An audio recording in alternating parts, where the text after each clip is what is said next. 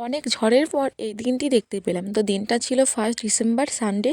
তো সেদিন ছিল আমার পাকা কথা। আর এদিকে দেখো সবাই সবজি কাটছিল, আর এদিকে রান্নাবান্না হচ্ছিল। আর এইদিকে দেখো সবাই চলেও এসেছে ওদের বাড়ি থেকে। আর সত্যি বলছি এই দিনটার জন্য কিন্তু অনেক দিন ধরে ওয়েট করেছিলাম কবে এই দিনটা আসবে। আর এইদিকে দেখো আমরা মানে আমাদের মধ্যে একটা নিয়ম আছে যে মানে জল নিয়ে ভেতরে ঢুকতে হয়, দিয়ে গ্লাসটা রেখে সবাইকে প্রণাম করতে হয়।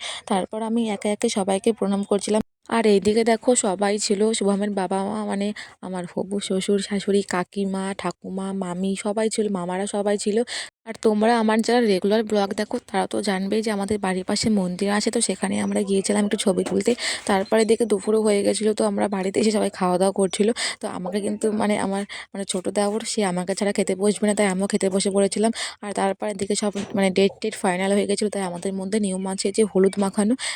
তাই এদিকে সবাই হলুদ মাখাচ্ছিল। তো তারপরে ওরা বাড়ি চলে যেত। তো নেক্সট পার্ট পরের ভিডিওতে পোস্ট করব।